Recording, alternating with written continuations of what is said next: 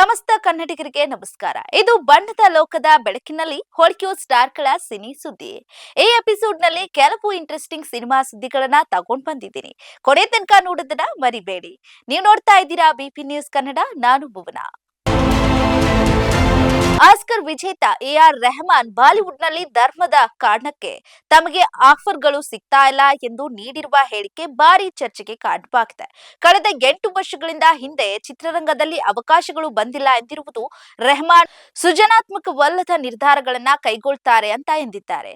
ಅವರ ಈ ಹೇಳಿಕೆ ಮಿಶ್ರ ಪ್ರತಿಕ್ರಿಯೆಗಳು ವ್ಯಕ್ತವಾಗ್ತಾ ಇದ್ದು ಅನೇಕರು ಟೀಕಿಸಿದ್ದಾರೆ.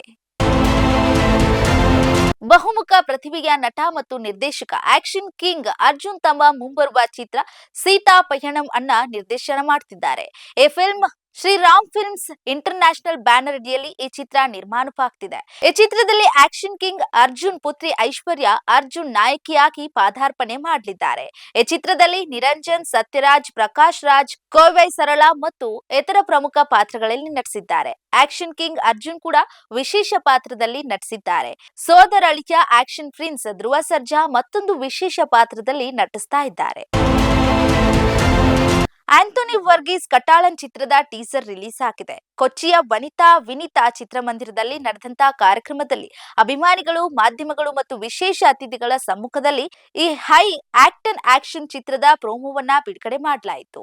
ಮೇ 14ರಂದು ವಿಶ್ವದಾದ್ಯಂತ ಚಿತ್ರಮಂದಿರಗಳಲ್ಲಿ ಬಿಡುಗಡೆಯಾಗಲಿರುವಂತಹ ಕಟಾಲನ್ ಮಲಯಾಳಂ ಚಿತ್ರರಂಗದ ಅತಿದೊಡ್ಡ ಬಿಡುಗಡೆಯಲ್ಲಿ ಒಂದಾಗಿರುವ ನಿರೀಕ್ಷೆ ಇದೆ. ಡ್ಯಾಶಿಂಗ್ ಡೈರೆಕ್ಟರ್ ಪುರಿ ಜಗನ್ನಾಥ್ ಮತ್ತು ವಿಜಯ್ ಸೇತುಪತಿ ಕಾಂಬೋದ ಹೊಸ ಸಿನಿಮಾದ ಟೈಟಲ್ ರಿವೀಲ್ ಆಗಿದೆ. ವಿಜಯ್ ಸೇತುಪತಿ ಬರ್ತ್ಡೇ ವಿಶೇಷವಾಗಿ ಶೀರ್ಷಿಕೆಯನ್ನ ಬಿಡುಗಡೆ ಮಾಡಲಾಗಿದೆ. ಪುರಿ ವಿಜಯ್ ಅವರ ಬಹು ನಿರೀಕ್ಷಿತ ಸಿನಿಮಾಗೆ ಸನ್ಲಾಕ್ 33 ಟೆಂಪಲ್ ರೋಡ್ ಎಂಬ ಟೈಟಲ್ ಇಡಲಾಗಿದೆ. ಟೈಟಲ್ ಜೊತೆಗೆ ಚಿತ್ರತಂಡ ವಿಜಯ್ ಸೇತುಪತಿ ಅವರ ಫಸ್ಟ್ ಲುಕ್ ಕೂಡ ರಿಲೀಸ್ ಮಾಡಿದೆ.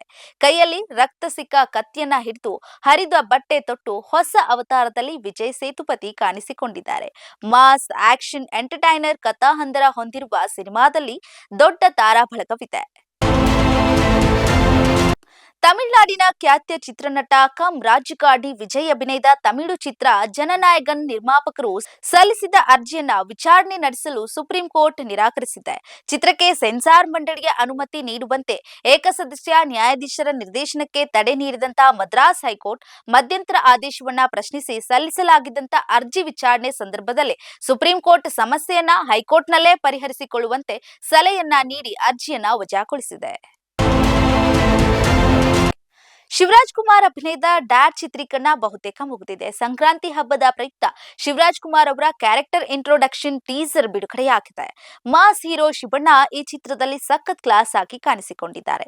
ಈ ಮೂಲಕ ಡ್ಯಾಡ್ ನಲ್ಲಿ ಅಭಿಮಾನಿಗಳಿಗೆ ಹೊಸ ಗೆಟಪ್ ನಲ್ಲಿ ದರ್ಶನ ಮಾಡಲಿದ್ದಾರೆ. ಇದಾಗಿತ್ತು ಈ ದಿನದ ಸಿನಿ ಸುದ್ದಿ. ಮುಂದಿನ ಸಿನಿ ಸುದ್ದಿ ಎಪಿಸೋಡ್ ನಲ್ಲಿ ಮತ್ತಷ್ಟು ಕುತೂಹಲಕಾರಿ ಸಿನಿ ಸಂಗತಿಗಳನ್ನ ತಗೊಂಡ್ ಬರ್ತೀನಿ ನಿಮ್ ಮುಂದೆ.